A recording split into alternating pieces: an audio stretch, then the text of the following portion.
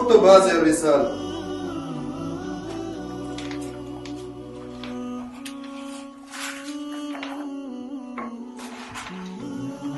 من أمير المؤمنين معاوية إلى الأشعث بن قيس الكندي. أما بعد، فهذه 100,000 درهم لك ولابنتك، وأعد ابنتك إن سمت الحسن بن علي سوف أزوجها بابن يزيد، ومع الرسالة المال وزجاجة فيها سم قطان أحضرتها من روما. وبعد أن تصلك رسالتي هذه وتفرغ من قراءتها احرقها كي لا ينكشف أمره.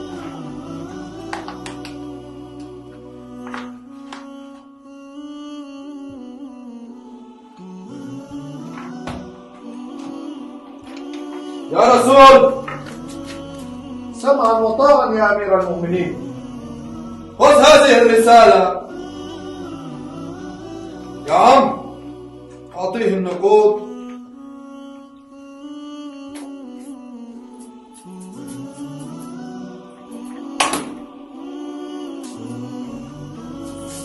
وهذا السم.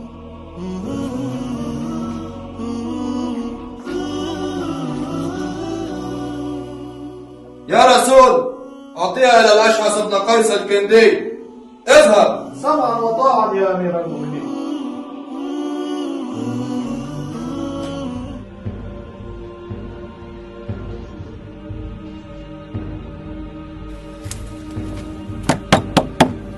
ملك طارق، رسول معاوية إليك. إني قادم.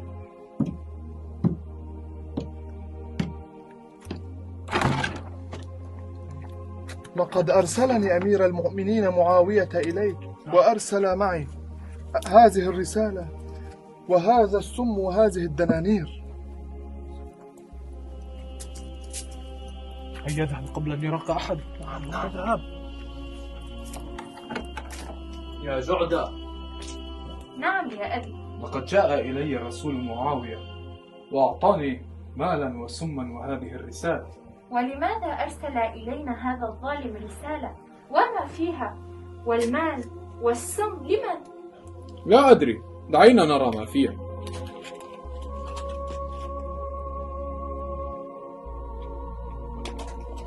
يا جعدة، أرسل معاوية المال لنا ووعدني أنه سوف يزوجك ابنه يزيد على أن تدس السم للحسن الذي أحضره من بلاد الروم. يا أبتي، هذا زوجي، كيف أسمه؟ لم يعد الحسن يحكم، وهذه فرصتنا في تسميمه، ومن بعدها تتزوجين بيزيد وتصبحين بزواجك منه ملكة تأمرين وتنهين. أهكذا ترى يا أبي؟ صحيح الحسن لم يعد حاكما، وبزواجي من يزيد سوف أصبح ملكة. أعطني السم، سأضعه في طعامه الليلة فإنه صائم. فلنحرك الرسالة قبل أن يكشف أمرنا. نعم.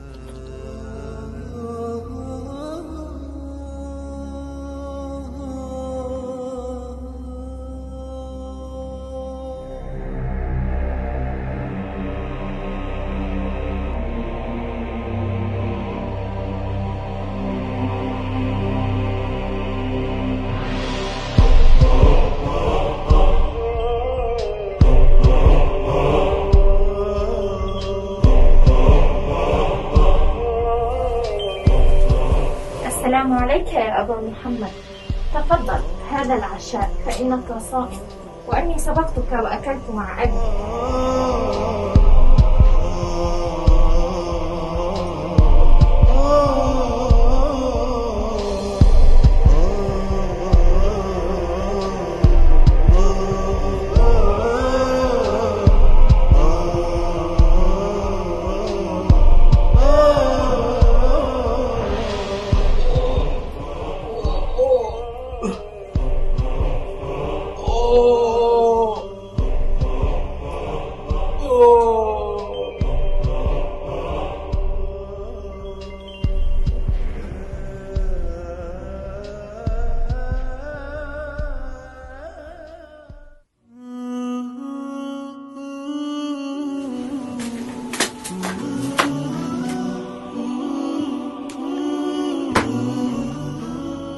السلام عليك يا ابن رسول الله. وعليك السلام ورحمة الله وبركاته. يا ابن رسول الله، لقد أذللت رقابنا وجعلتنا معشر الشيعة عبيدا، ما بقي معك رجل. ومما ذاك؟ بتسليمك الأمر لهذا الطاغية. والله ما سلمت الأمر إليه إلا لأني لم أجد أنصارا، ولو وجدت أنصارا لقاتلته ليلي ونهاري حتى يحكم الله بيني وبينه. ولكني عرفت أهل الكوفة وبلوتهم، ولا يصلح لي منهم من كان فاسدا. إنهم لا وفاء لهم ولا ذمة في قول ولا فعل، إنهم لمختلفون، ويقولون لنا إن قلوبهم معنا ولكن سيوفهم مشهورة علينا. أحضروا لي الطست.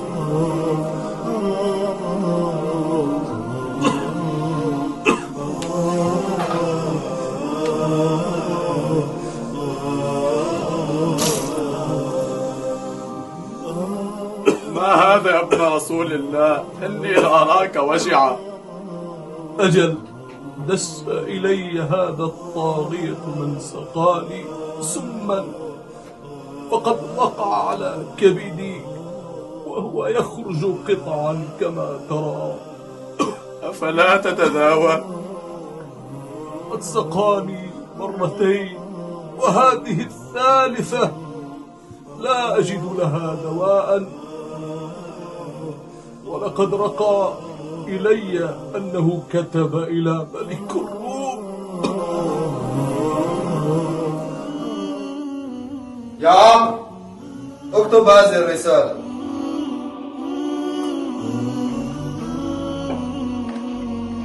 من أمير المؤمنين معاوية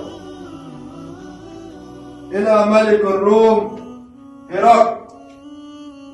أما بعد، أسألك أن توجه إلي من السم القتال شربة. طيب،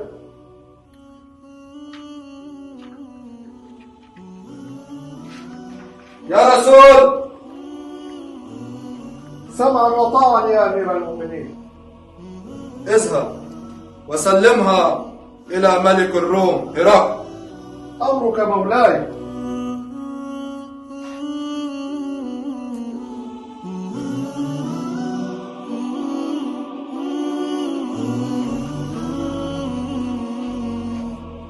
هذه رسالة ملك الروم إليك يا أمير المؤمنين.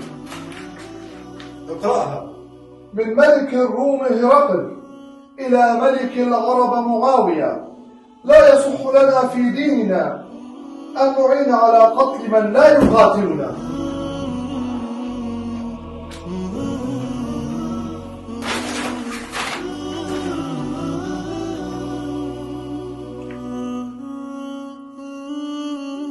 يا عم، اكتب هذه الرسالة.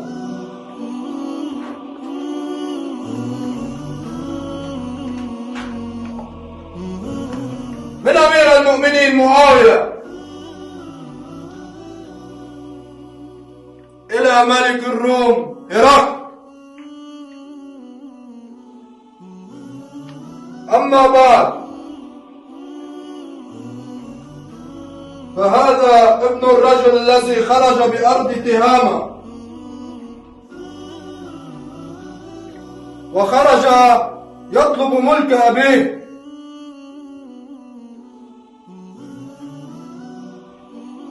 وأنا أريد أن أدس إليه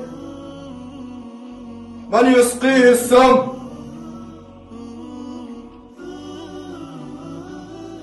فأريح العباد والبلاد منه.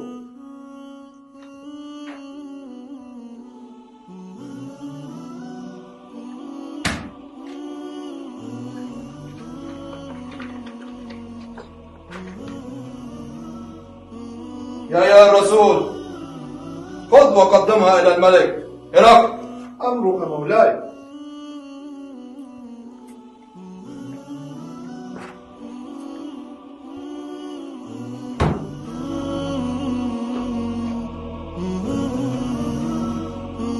السلام عليك يا أمير المؤمنين.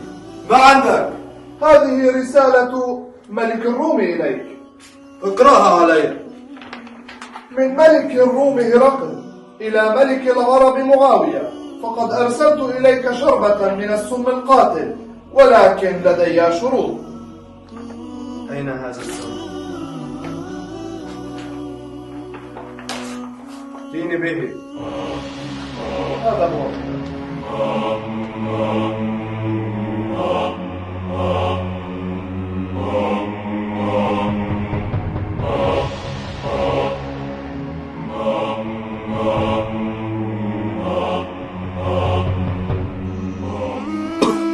يا سيدي يا أبا محمد، لقد اصفر لونك وأخشى عليك.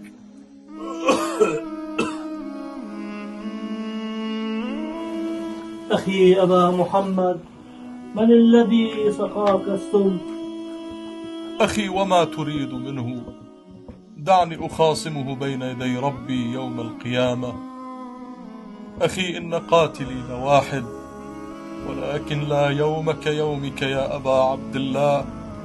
يزدلف إليك 30,000 فيقتلونك ويسبون ذراريك.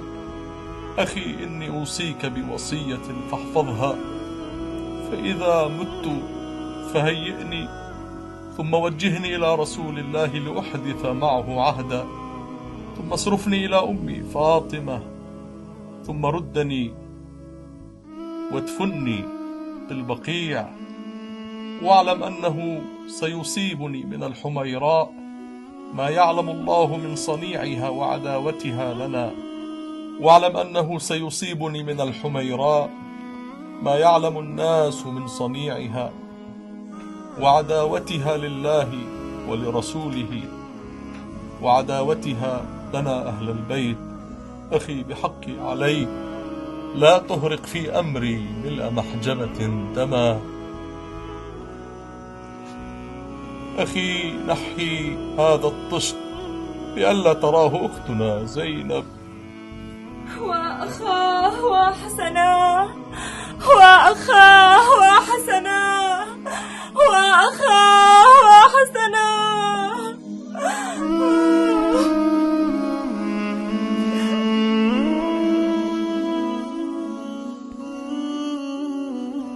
السلام عليك يا أمير المؤمنين. وعليك السلام. هذه رسالة والي المدينة مروان بن الحكم إليك. أسمعنا. من والي المدينة مروان بن الحكم إلى أمير المؤمنين معاوية بن أبي سفيان: أما بعد، لقد مات الحسن بن علي وصفت لك الخلافة. لقد مات الحسن بن علي. نعم. لقد مات الحسن بن علي.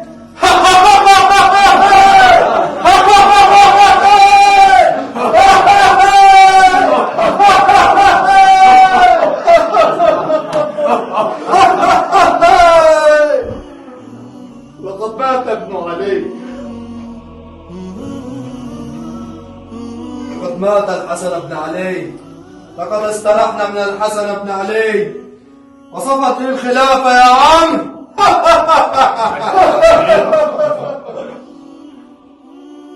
قوموا بنا نسجد لله على موت ابن بنت رسول الله. قوموا.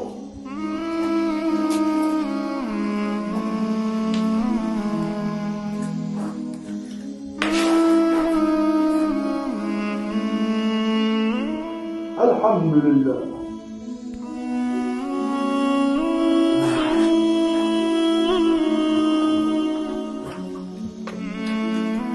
أعلنوا التكبير في أرجاء الشام. لقد مات الحسن بن علي. لقد مات الحسن بن علي. الحمد لله فاسترحنا منه وصفت للخلافة. السلام عليك يا أمير المؤمنين. ما الذي حصل حتى تكبر في هذا الوقت؟ لقد مات الحسن بن علي. على موت ابن فاطمة تكبر؟ والله ما كبرت شماتة لموته، ولكن استراح قلبي وصفت للخلافة. الله أكبر.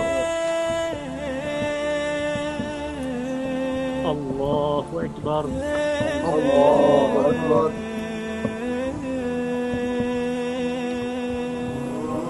الله أكبر.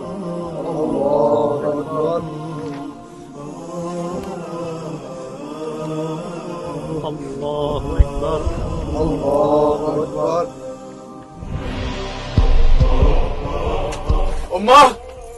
أمه لقد أقبل بنو هاشم بجنازة الحسن ليدفنوه قرب النبي. ماذا تقول؟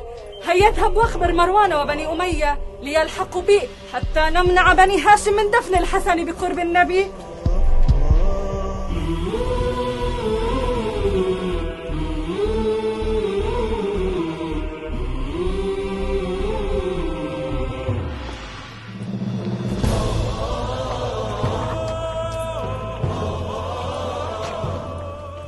نحوا ابنكم عن بيتي فإنه لا يدفن فيه شيء ولا يهتك على رسول الله حجابه.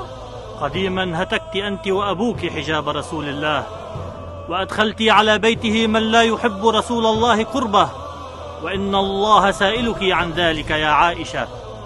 إن أخي الحسن أمرني أن أقربه دار أبيه رسول الله صلى الله عليه وآله وسلم ليحدث به عهدا. واعلمي أن أخي الحسن أعلم الناس بالله ورسوله، وأعلم بتأويل كتابه من أن يهتك على رسول الله ستره. وقد قال الله في كتابه الكريم: بسم الله الرحمن الرحيم: يا أيها الذين آمنوا لا تدخلوا بيوت النبي إلا أن يؤذن لكم. ولقد أدخلت أنت وأبوك الرجال على بيت رسول الله بغير إذنه. وقد قال الله تبارك وتعالى: بسم الله الرحمن الرحيم: إن الذين يغضون أصواتهم عند رسول الله أولئك الذين امتحن الله قلوبهم للتقوى. ولعمري لقد ضربت أنت لأبيك المعاول عند أذن رسول الله. بسم الله الرحمن الرحيم: إن الذين يغضون أصواتهم عند رسول الله أولئك الذين امتحن الله قلوبهم للتقوى. ولعمري لقد أدخل أبوك وفاروقه الأذى على قلب رسول الله، وما رعيا من حقه ما أمرهما به الله على لسان رسوله، أن الله حرم على المؤمنين أمواتا ما حرم منهم أحياء. وتالله يا عائشة لو علمت أن هذا الذي كرهتيه من دفن أخي الحسن قرب أبيه رسول الله صلى الله عليه وآله وسلم جائزا فيما بيننا وبين الله لعلمت أنه سيدفن وإن كان رغم معتصك. يا عائشة، يوم على بغل ويوم على جمل، فوالله لا تملكين نفسك ولا تملكين الأرض عداوة لبني هاشم. يا ابن الحنفية، هؤلاء الفواطم يتكلمون، فما كلامه؟ وأنا تبعدين محمدا عن الفواطم؟ فوالله لقد ولدته 3 فواطم: فاطمة بنت حزام المخزوم، وفاطمة بنت أسد، وفاطمة بنت زائدة. الله الله يا بني هاشم، لا تدفنوا في بيت من لا أحب. نحل ابنكم واذهبوا به، إنكم قوم خصمون. هيا اشقوا الجنازة بالسهام.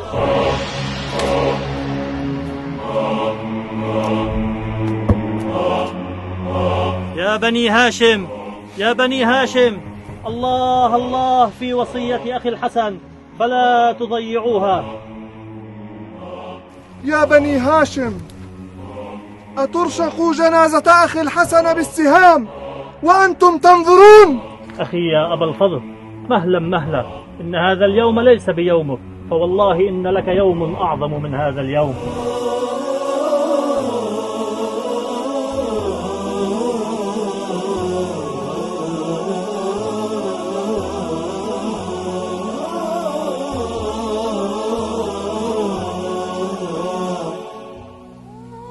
أأدهن رأسي أم تطيب مجالسي؟ أأدهن رأسي أم تطيب مجالسي؟ وخدك معفور وأنت تريب، غريب وأطراف البيوت تحوطه، غريب وأطراف البيوت تحوطه. ألا كل من تحت التراب غريب. بكائي طويل والدموع غزيرة، وأنت بعيد والمسار قريب. ليس حريبا من أصيب بماله، ولكن من وار أخاه حريب. رحمك الله أخي يا أبا محمد.